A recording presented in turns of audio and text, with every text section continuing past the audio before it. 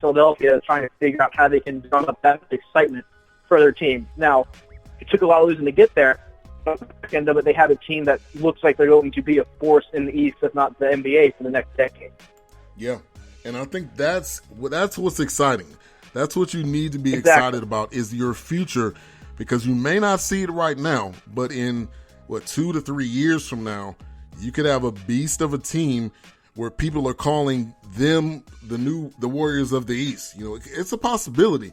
And I think that's what Philly fans have to be excited about for sure. And everybody in the chat room, let me know what your thoughts were on the draft. How do you feel about the draft? How do you feel about your team's picks? As we'll be going down talking about the draft here. So, number 2, are we all surprised? Lonzo Ball going to the Lakers. His dad called it. Obviously, Magic had some say-so, and he called it. So, I'm not surprised with this. I think them making the deal for D'Angelo Russell, to me, shows even more how much they feel about Lonzo Ball, that he is ready to probably start. And a lot of people have said that. Now, I haven't had you on the show yet, so I haven't got your perspective on Lonzo Ball. But what is your thoughts on Lonzo Ball and the Lakers? I thought he was in real competition with Markelle Fultz during the season to be that number 1 pick, more so than a lot of other people did. A lot of people forget last year, so the 2015-16 season, UCLA was an under 500 team.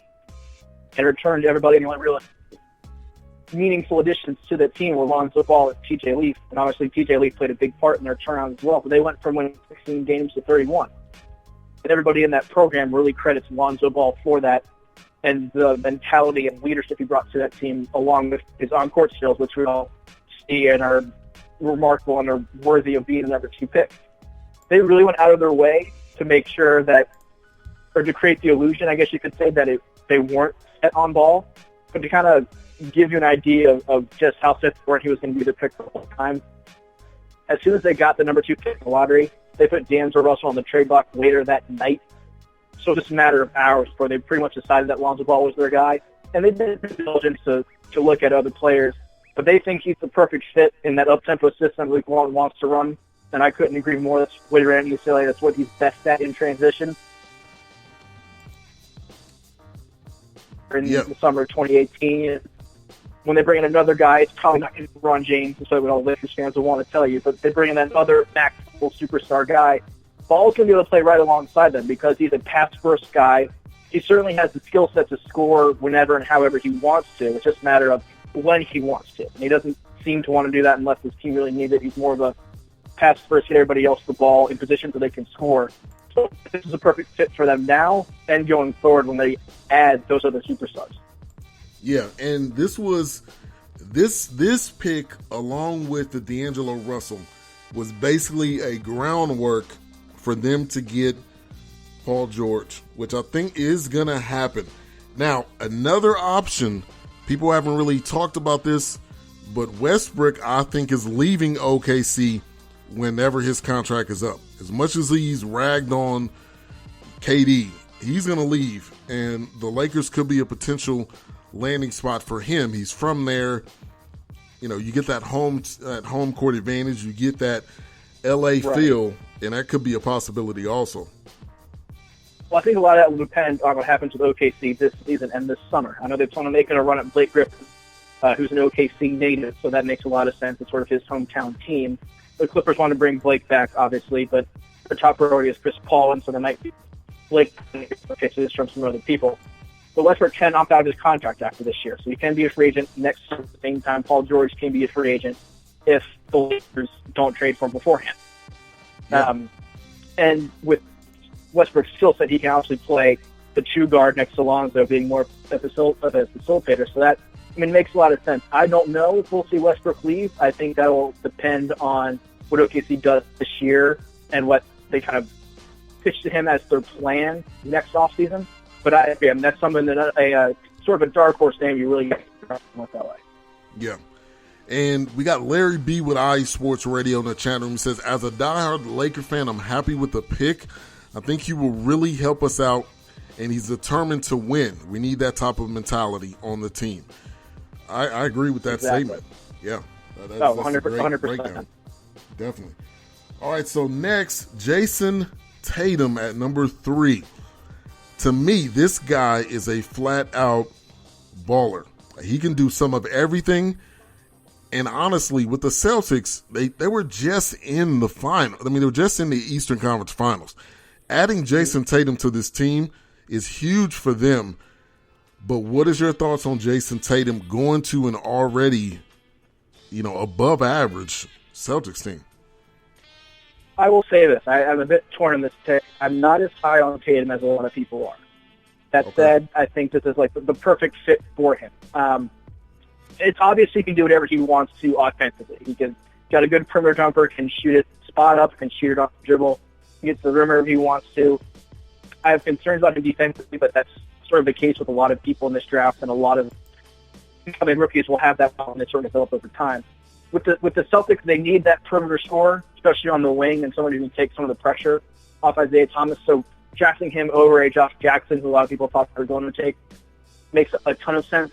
My big concern with Tatum and the Celtics system specifically is at Duke, he scored pretty much only in isolation and one-on-one sets.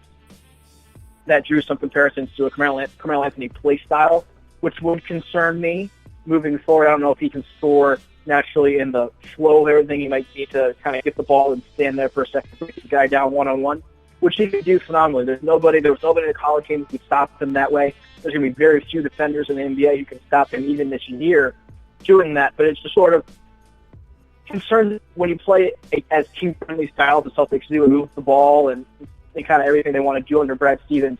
That gives me a little bit of pause. But in terms of fit and what they need from a wing scorer, this was the best case, I think, for team.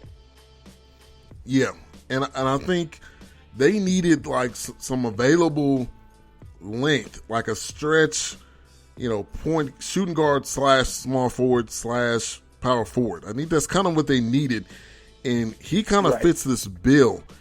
He's only been in college for 1 year, obviously. He's not the biggest kid as far as bulk on the planet, but I think he'll get there, and this is going to be interesting, I think, for the Celtics. I know, Danny Ainge was going to try to make a deal. I know he had deals on the table. He didn't take any of them, but I think that was a good pickup.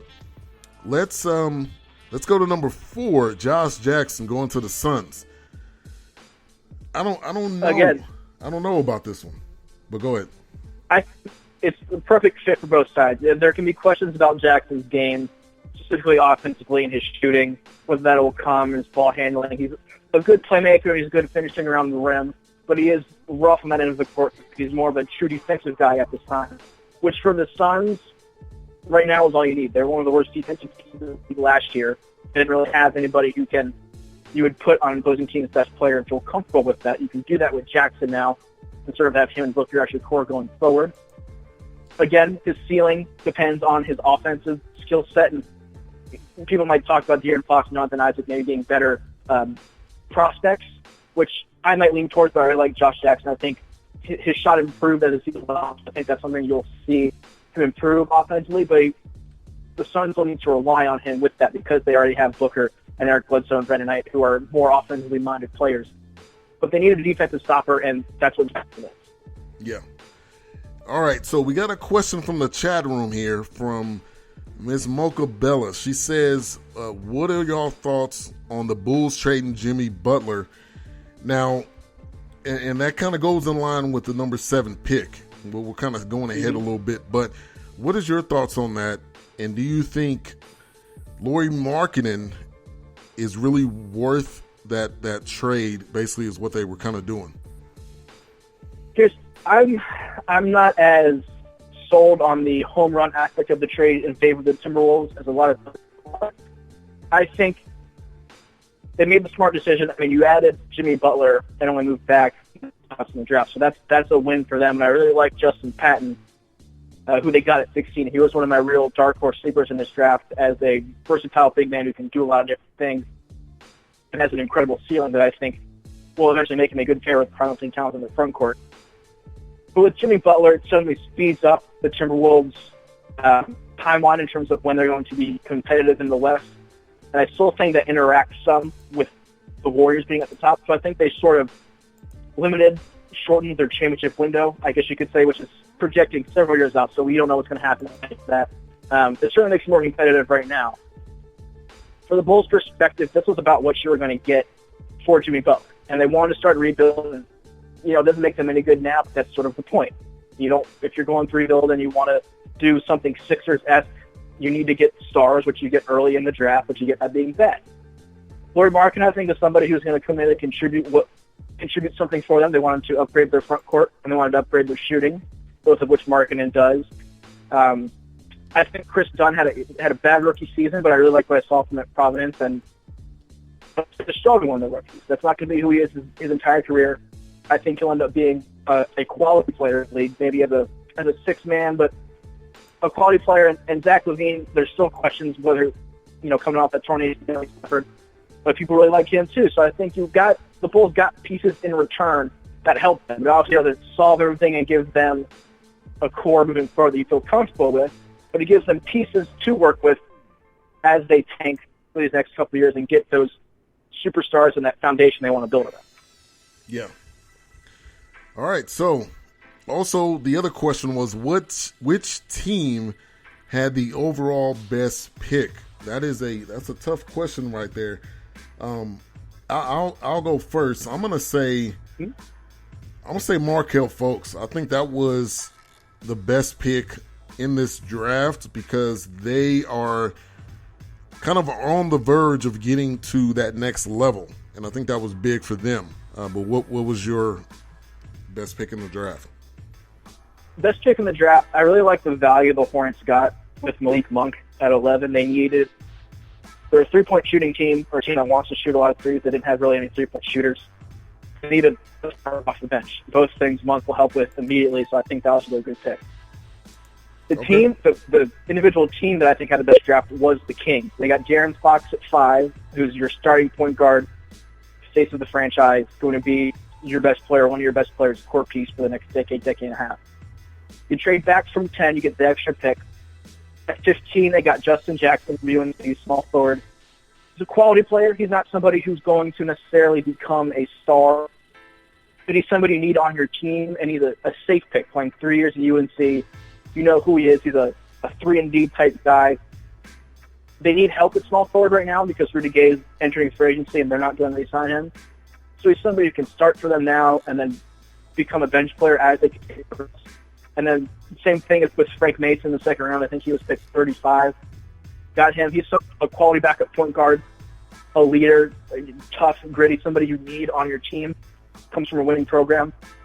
And potentially the steal of the draft, I think, not to be long-winded here, but Harry Giles at 20. Giles was the top high school prospect in this group that was coming into this year, but the knee injuries, 2 torn ACLs, 3 knee surgeries obviously hindered that.